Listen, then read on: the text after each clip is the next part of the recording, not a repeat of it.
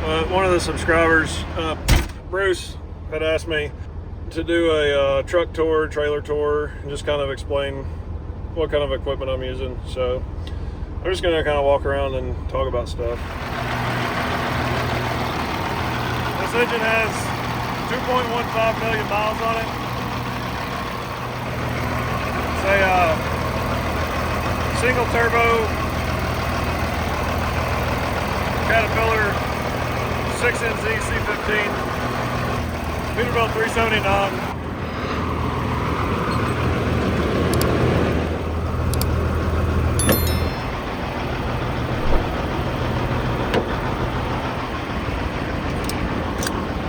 So here's what I keep in the driver door area. I use this crowbar just to tighten chains down, run that through, make sure the chain doesn't try to spin around on itself, and I keep a little hammer here to just to hit stuff with.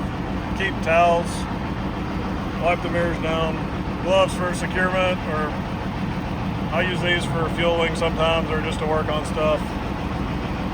More gloves I just use those for like fueling extra. I probably don't need that in there. That's like an oil cap, for an oil fill cap. Keep a headlamp, a little magnetic light, so that's good for working on stuff. Dielectric grease, I use that all the time. Box cutter, these little things if you want to pull some fluid out of somewhere and just see what it looks like or see where the level's at. And just a bunch of other tools and extra supplies and stuff. And I keep a bag of tape back there. You always need to tape stuff up. Yeah, that's my driver door. It's where I keep the stuff that I need to get access, to pretty quickly and use pretty frequently.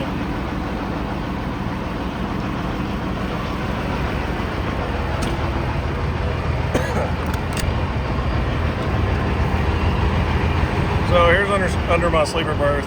This is just lubricant. I spray that on the chains. More lubricant for spraying on stuff. Tub of towels. Stuff to do like top off your oil. Keep it long. It's a long pole. Extra strap and stuff to use as edge protectors.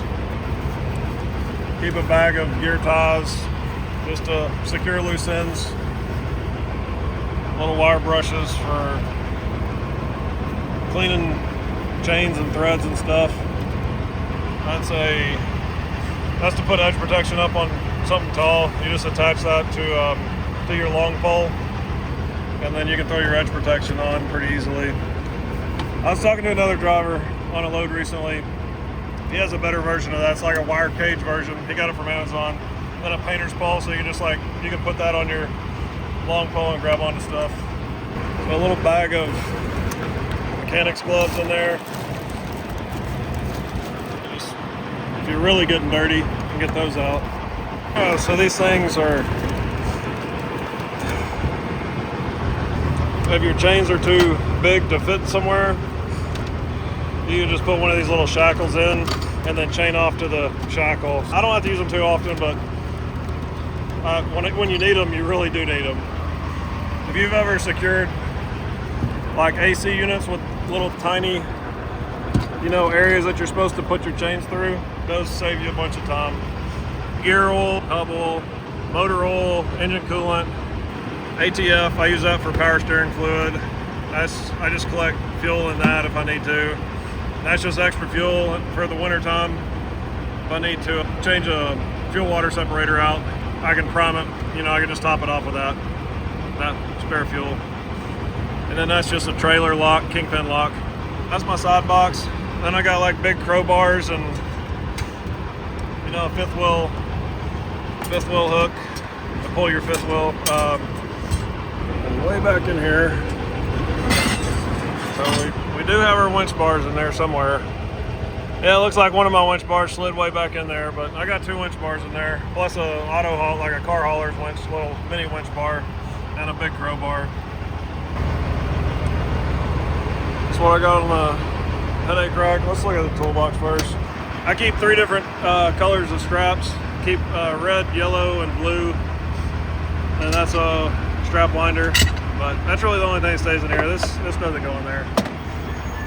But I'll run, so I'll use red straps are like 21 feet long, blue straps are 30 feet, yellows are 40 feet. So the yellows are primarily for oversized, just bigger loads. They can be used if I run out of blue straps for a regular load. The red straps are used for shorter stuff. They're just a lot more efficient, less time spent, you know, dealing with excess scrap. And all kinds of bungees and everything back here. So I carry a lot more chains than most people because I really don't like carrying chains around. These are all 20-foot chains, 8, 9, 10. So yeah, so I got 10 sets of 20-foot chain. It's all 3/8 chain. And then over here, these are the ones I try to go for the most often. These are 5-foot chains. They got a grab hook on one end, a slip hook on the other. These 4 are 10-foot chains, slip hook on one end, grab hook on the other, and all my ratchet binders. And then these are just little chunks of, like little, I think these are, I don't know, 3 feet. Just if I need to grab, if I need a little bit of extra length somewhere, I just grab onto one of those and just throw it in there. Carry 4 tarps. 3 of them are 10-foot drops. One of them's, the blue one's a 6-foot drop. I haven't done a 10-foot drop load in over 2 years. Nobody's paid me enough to do it. So the middle section, which is the piece on the far left over there, I've got rolled up in a manner where it's really set up to use as a 5-foot drop. And I use it as a 5-foot drop. You don't have to pay me near as much money for a 5-foot drop as you do a 10-foot drop. So I got a 6-foot and a 5-foot, and the 2 in the middle are the front and the back pieces for the 10-foot drop configuration. 135 gallon tank over here. I think it's actually 147 total, but 135 gallons of usable capacity, and then 135 gallons on the other side. So we can carry 270 gallons of fuel around at a time. 24.5 low pro tires on the drives and the steer axle. 355 rear end ratio. Well, underneath these tarps, you can't really see it, but there's an access panel. This trailer has 2 different kingpin positions. You just pull the kingpin out of the top of one and you drop it in the other. The one I mainly use is like 30 inches. I think the one in the front, I've never used it before. I think it's set up for either 18 or 24 inches. This is our belly box.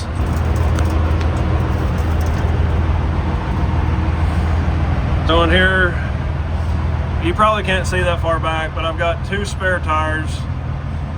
If you run these small trailer tires, like these are 17.5 tires, and they don't like to run heavy and fast, you pretty much have to carry spares around with you. So I got 2 spares. They got ropes tied around them so I can just drag them up to the front, and the ropes are like tied off up here, so the ropes aren't going to end up at the back. And then these are just little chunks of wood I used to use to balance out, or to stabilize. I'd drop the air out of the bags to load like vehicles onto the ramps on the back, but those ramps got stolen, so I don't really need those. I still use the wood every now and then. Then I got some other dunnage in here and some coil racks, and I think that bag is just full of extra binders. But yeah, that's pretty much it. It used to have more stuff in here, but it's a little more organized than it used to be.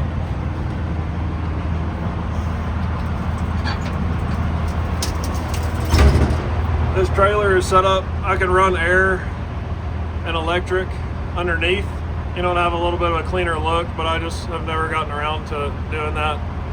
So it's available if I ever want to use it. Then I've got some J-hooks. There's J-hooks on both sides under here. They just slide down the sides of the trailer and you can hook chains or straps. I had a really bad experience hooking a chain into them one time. I was securing a excavator bucket and and like an arm or stick or something like that they call them. And I got to my first load check, and one of those J hooks, it just completely snapped in two. So I don't ever use them for that anymore. Oh, and these are locked. I got the key up front, but so these are just ramps that are stored. This whole area right here is all storage for ramps. And so the ramps pull out, and you just set the ramp up here. So then you can drive vehicles from the bottom deck up onto the top deck with those ramps. Those are the only ramps that didn't get stolen. The ramps down here, somebody in Houston decided they needed the ramps more than I did. And so I was on the northern side of Houston on the Beltway. And they took off with them.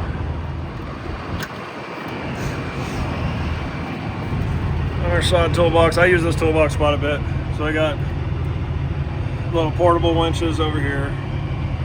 Got a bunch of 2-inch strap and 2-inch ratchet binders, a 4-inch ratchet binder, another, whatever this thing is, coil rack. This just kind of keeps these pieces from sliding forward into these. So keeps your door latches good.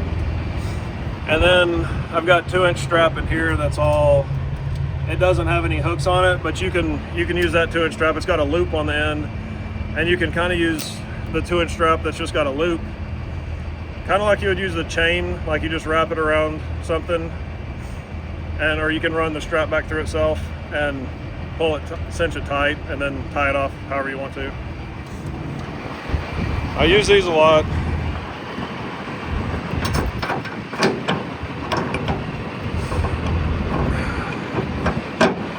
Or I used to use them a lot. It's just a container twist lock. They load the container, you twist it, and you're good. I mean, you tighten it in from the bottom. It's got a mechanism where you screw it in tight so it's not gonna, so it doesn't have the potential to come undone. So I got one over there.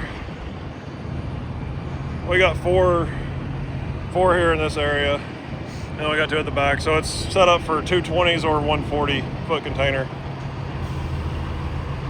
One thing I really like is these sliding D-rings.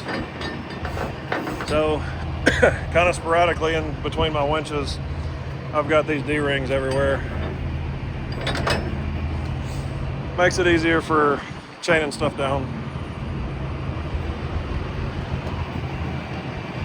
Right there is our control box for the, like, dumping air out of the axles or lifting one axle and dropping the axles. Right now we're running a spread. So we got the middle axle up. Front's always down on the ground, but right now, well, we've set our brakes. So, but we got the rear axle on the ground, front axle on the ground.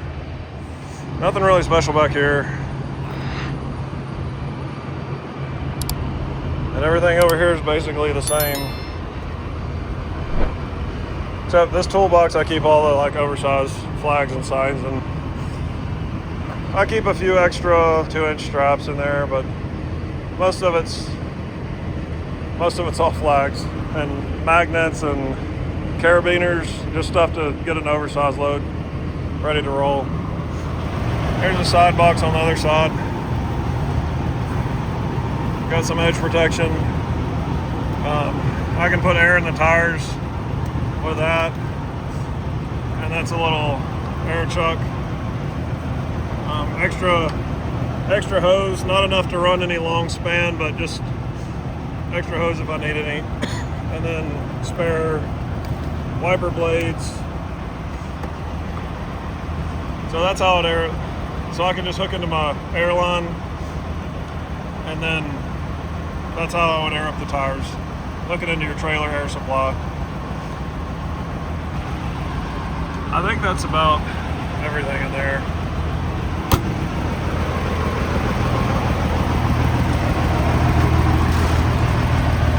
Just tools tools and edge protection, and then some consumable spray products, and just random tools that you need. When Bruce asked me to do a video of the truck and just a tour of the truck and trailer, I told him needed to clean them up first, but I just got back into Texas today and I'm heading home for Christmas. I hadn't cleaned anything up. This is just kind of how this is how the truck is when I'm running with it. But I'll show you. Got that a little bright right now, but my CLD is an Omnitrack CLD. Right over there in the corner is the camera. If you watch any of my other videos, you see you're watching me from like the corner of the truck. That's just a 360-degree camera. Keep 2 phones right up here. Over here on the side it's really just gloves. There's not much down there. It's gloves. I've got soapy water. I've got regular water. I've got extra towels, and then cleaning products to clean like the dash and leather and stuff.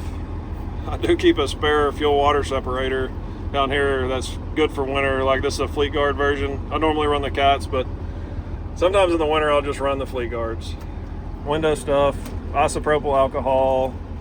Over here, this bottle's isopropyl alcohol. Window cleaner, Rain-X, mouthwash, floss. Up here we got hand wipes or degreasing wipes. Got an EpiPen. I don't know, I have allergies to anything, but I figure it doesn't hurt to have just epinephrine. You never know when you might need it or somebody else might need it, but I think it's pretty simple. There's like a way to do a test trot, like you can just try it out. You just stab yourself in the leg and it does its thing. I think you push a button, but there's instructions, it's easy. Keep a toothbrush up here. Toothbrush here and a toothbrush on the back of the seat so I can brush my teeth while I'm driving or right when I wake up in the mornings.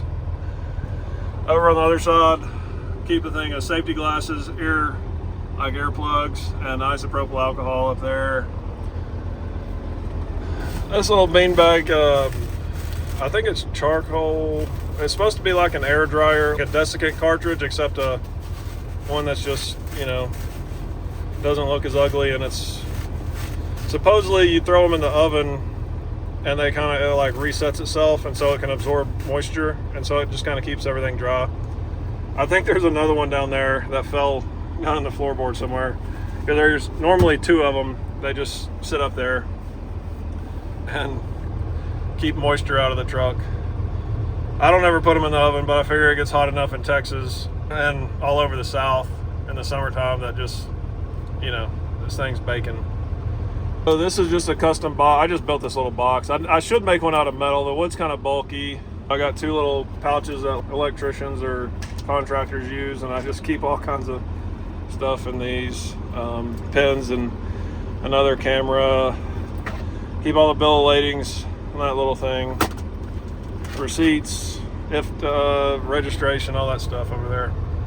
But here's the dash. We got all these gauges.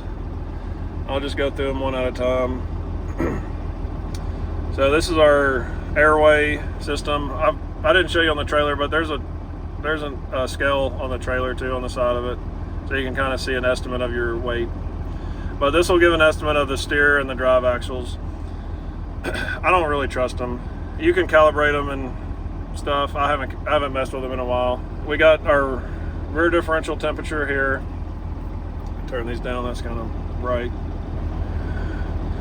So we got our rear diff temp, our front diff temp, our transmission temp, all these are oil temperatures, by the way, if you're not a trucker. So our exhaust temp is normally running around 700 or between 600 and 800, I'd say. In this engine, if mine gets up to 900, I'm normally climbing a hill. Mine normally doesn't get above 900. Air PSI, this is like your application pressure gauge, and this is my fuel pressure gauge, so you can see it. I think you can probably see it bouncing around, but that's normal. Kind of like an EKG on reading a heart rhythm. I believe the pulse in this is I don't think it's supposed to do that, but I just think the pulse in that is probably just the pulse of the, like the rhythm of the, like the fuel pump. Then your fuel gauge, you see that? That's just switching between the readings on the two different tanks. So they're both about half full right now. Voltmeter, we have down here air PSI, so that's the PSI in our tanks. Our water temp, and this is really secondary for me. I use primarily, I always have, so this is like a data link that's hooked into the ECM, and so I can look at all kinds of different stuff, but I normally leave this on coolant temp just because that's the most important parameter for me to look at, or metric, whatever you want to call it. It's the most important sensor for me to be able to read. And this has two different sensors. This one's reading off the ECM, so there's a CAT ECM sensor that goes to this. This water temp gauge here is a Peterbilt sensor, so they're two they're independent of each other. And this one is digital and it's more granular. You can see changes a lot faster, so I like to use this. And it can tell you if you have a thermostat that's stuck in the open position. I guess it would tell you if it's stuck in the closed position too, but I've never had that happen. But if you ever see a constant reading, I mean, we're sitting still right now, so it'll be constant, but when I'm rolling down the road, it should be bouncing up and down between, like it'll run up to about 194. I'm saying if you're just on flat ground, it should run up to about 194, and then it should drop to about 186. And then back up to 194, back down to 186. And just somewhere in that ballpark. If you got a constant reading on that, if it's just hovering at like 186 or 188 or 190, it'll normally be on the low side. If one of them gets stuck open, it'll normally be around 186 if it's summertime. If it's wintertime, it can be a lot lower. I've had a thermostat. There's two thermostats on these engines, so just as a redundant safety measure, if one of them gets stuck open, you'll see a constant reading on that coolant temperature. And that means you need to get one of those thermostats replaced, because the thermostats are really to help your engine get warm enough. So in the summertime, if you're seeing a constant temp of 186, if it's 0 degrees outside, I'd want to get stuck open in the winter. And that temperature was just constantly reading 167 or 168 degrees. It was really way too low.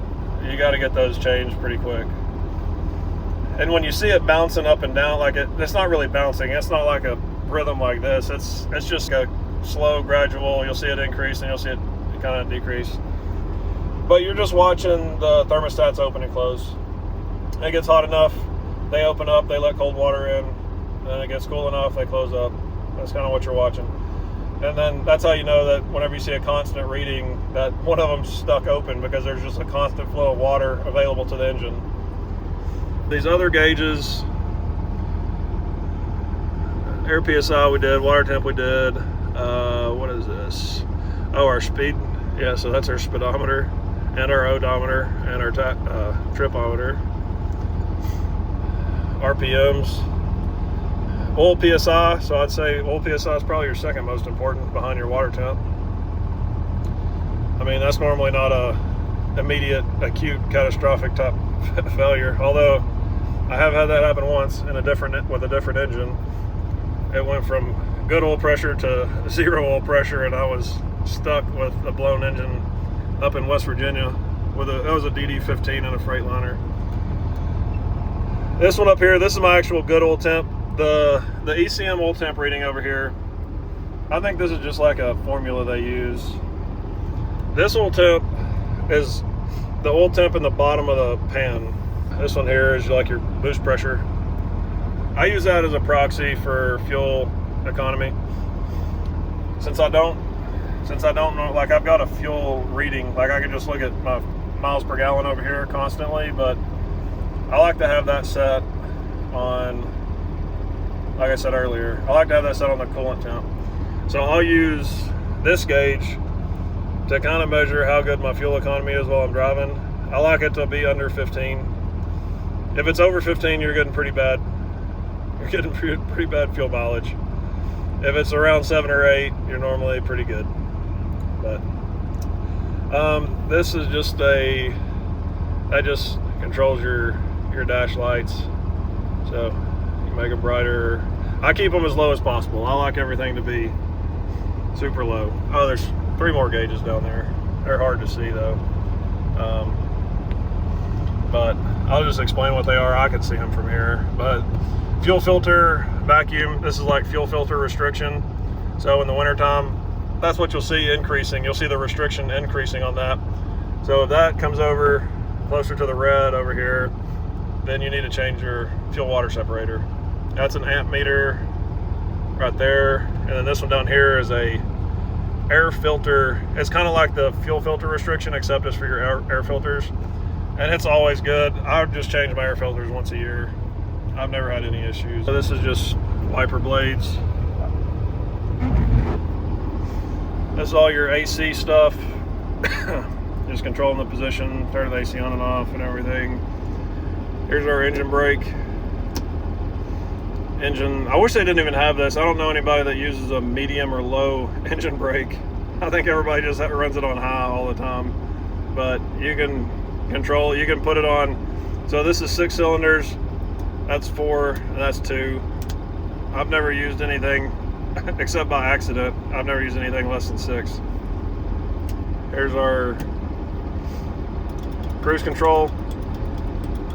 Actually, I don't use cruise control that often, except for while I'm idling. I try to idle it a little bit higher than normal. Mine's set it to idle at 700. I normally bump it up to, I don't know, 800 or 850, and I run it with the engine. Normally I have the engine fan running while I'm idling. I keep it on constantly, so it's not. I'll show you how aggravating it is. So I just turned the engine fan off, and you might be able to hear it, but anytime your AC is running, so anytime the AC is running, this engine fan is going to kick on and off. See, it wasn't that loud that time, but sometimes it's a little squealy sound. So there it is. Actually, I guess that wasn't mine the first time. So if you listen to this noise, you'll just constantly hear that on and off. So I just keep it turned on so it doesn't do that. What else is this? Engine fan, and then, so that's what changes and allows us to look at the different fuel tank levels. These are just 2 spare switches that are not in use. This is we got air powered windows and air powered locks in here. They move down pretty quick. See how fast it'll drop the window. It's faster than the electronic ones.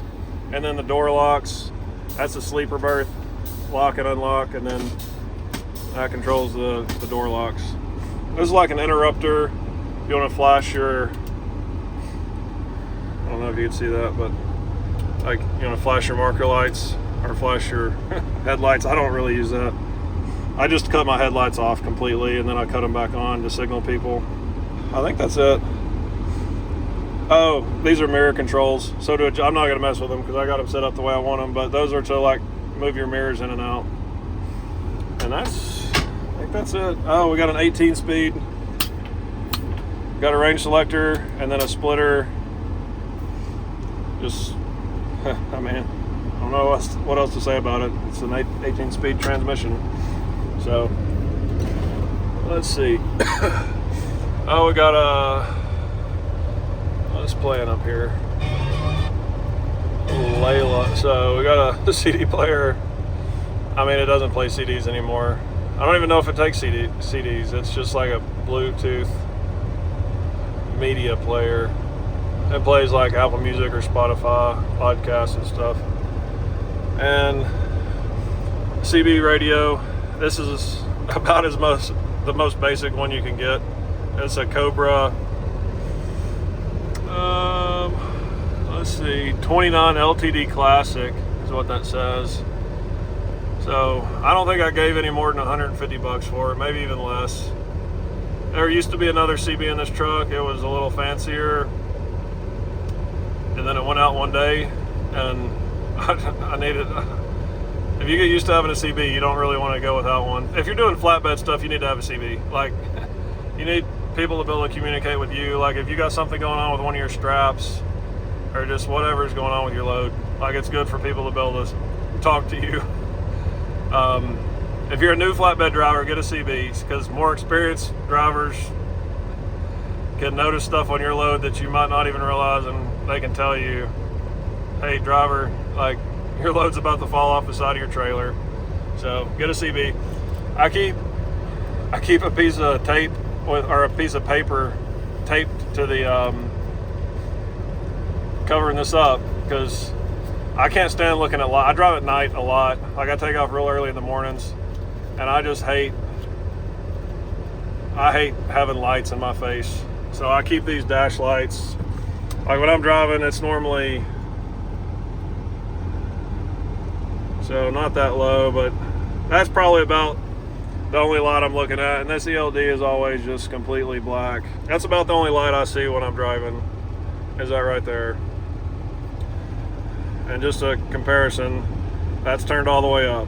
So as the sun starts to come up, I'll slowly increase that, you know, as it doesn't bother my eyes. But I really don't like to see a bunch of lights inside the truck. I like to be able to see what's going on outside the truck.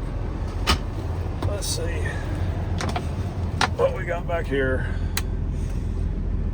We got some pants. I don't wear pants a whole lot. So I keep 2 pairs of pants up here. I wear shorts most of the time. I throw pants on for shippers and receivers to keep them happy, or their safety managers happy.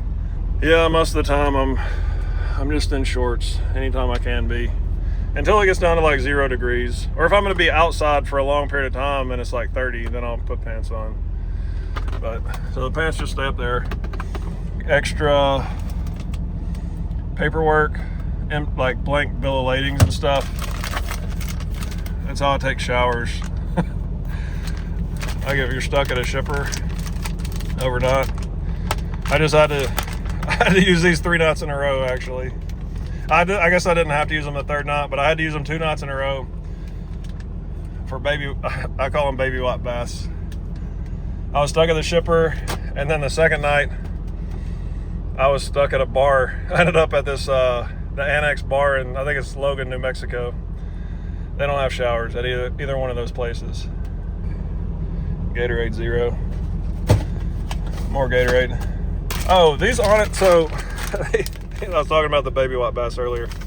So these things, I used to use Dude wipes. These Honest wipes this company was invented by Jessica Alba. She's like an actress. These things are so much better than Dude wipes. Like, the Dude wipes just fall apart, like, when you're using them. These things, I gotta show you. Full disclosure, I did buy stock in the company after I used them, because I was really impressed with them. But look at how like strong that is.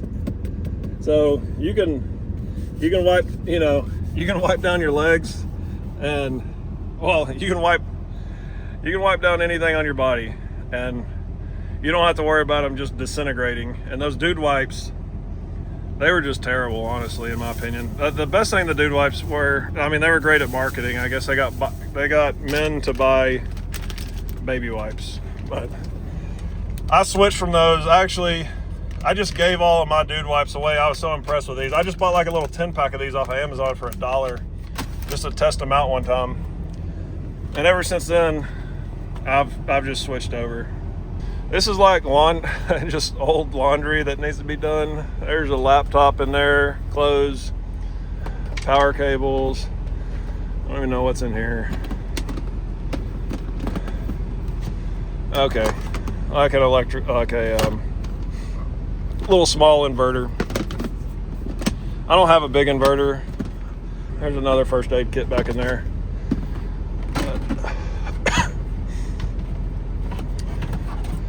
This is actually one of the most important things in here.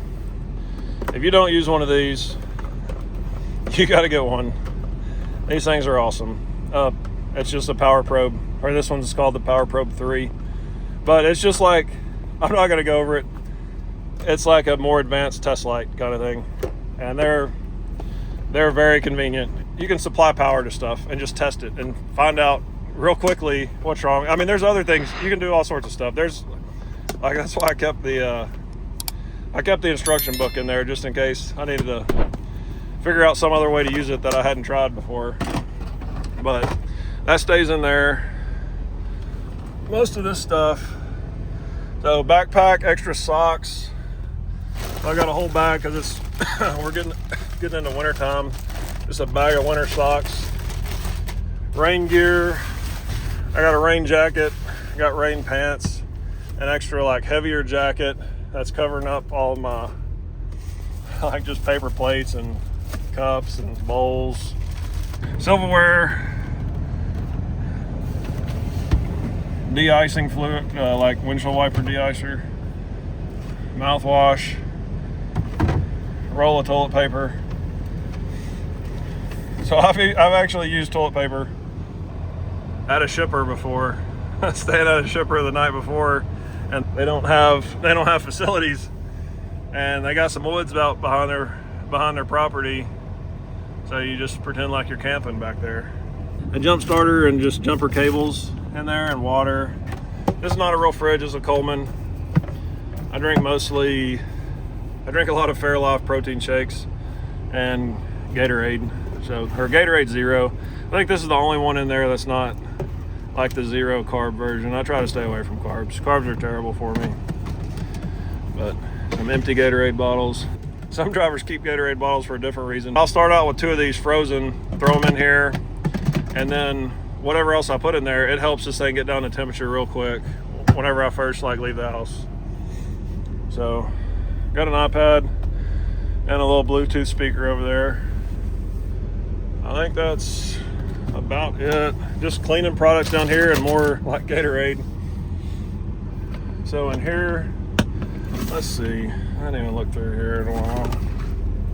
Random nuts and bolts, just extra stuff that I found I needed for different things. And whenever I need something, I buy like 3 or 4 of that thing, so I always have it available the next time. Little cheap Walmart toolkit. Supposedly, you can hook one end, you can hook this thing, it's like a transmitter, and it'll send an electrical pulse down a wire. And then you can follow that wire, supposed to be able to with this. So if you're trying to track down electrical stuff like behind walls and see where a wire's running, I think is what that's used for. I believe I bought that to try to figure something out on the trailer one time. I don't remember how well it worked. It's been a long time since I used that. Extensions for that power probe. So you can hook the power probe directly onto the battery, or you can hook it into a 12 volt like cigarette lighter port. With these extensions, plus there's 2 extensions in the main case over there, I can get all the way to the back of the trailer. I've never had to, I've never used these extensions before, but without them, I can get all around the truck. It's a butane torch. You use it for soldering, and you can use it to do like heat shrink. I've used that way more than I would like to. Let's see what's in door number 2. Electrical. It's just gonna be, this is just all kinds of electrical stuff. Any kind of electrical connectors, longer test wires, alligator clamps, and that's just all electrical stuff. Suction cups. This is really good. It's called 3M Dual Lock. You just cut it off, it sticks to itself really well. It's got adhesive on the back of it, so you stick it to whatever you want it, to stick onto something, and you stick the other side to the piece that you actually want it to stick to, and stuff works great. Sun doesn't seem to affect it. I mean, that's why the pre-fast units, they all use that stuff. So it's expensive. I mean, it's 3M, so of course it's going to cost a lot, but it's worth it. It's really good. Batteries, that's just a bag full of batteries. Paintbrush, I use that for cleaning the truck. Some O-rings. This is just like random stuff. I think this is what is this, temperature sense? More O-rings. So, and that's just like medicine. Eye drops, Benadryl. I use Benadryl. If I can't go to sleep and I know I have to wake up real early, I just pop in a couple of Benadryls and maybe some Aleve. That's probably more than you wanted to see, or it was just way less interesting than you thought it would be. We're at the Flying J, and this is the Flying J in Abilene, Texas. We actually just got done. I don't know if I told you earlier, but I'm gonna shut the truck off. We're just delivering a load to an AI data center, Google's facility out there, and they're building it out in Mesa, Arizona. And we had all kinds of issues. Oh, my ECM acted up, or the power supply to my ECM acted up going out there. It was pretty interesting because it was, you know, overweight, oversized. It wasn't over width, but it was just over height. And so we were able to run through the night with it. That was pretty cool. That's the first time I've ever been able to move an oversized load at night. Most of the time, I'm always restricted to daylight hours on those. So the ECM issue, I actually, on the load before, on my 34-hour reset, the truck wouldn't start. When I went to fire the truck up, it just wasn't doing anything. It was acting like there was no ignition, and I thought it was the ignition switch, but it ended up being, what I ended up finding was I thought it was like connectors, like these two connectors in the battery box, but then I was hauling this overweight load through New Mexico, and the ECM just lost power while I was driving. Everything shut off, no power steering. The only thing I had was lights that didn't need the ignition turned on. Had lights and I had air brakes.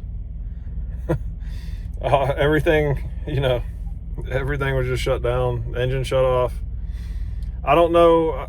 I don't remember. It happened so fast, so I don't remember if I took it out of gear. But thankfully, the truck was just kind of drifting towards the shoulder, and so I was able to just to time the braking and just like get stopped on the shoulder, kind of at a crooked angle.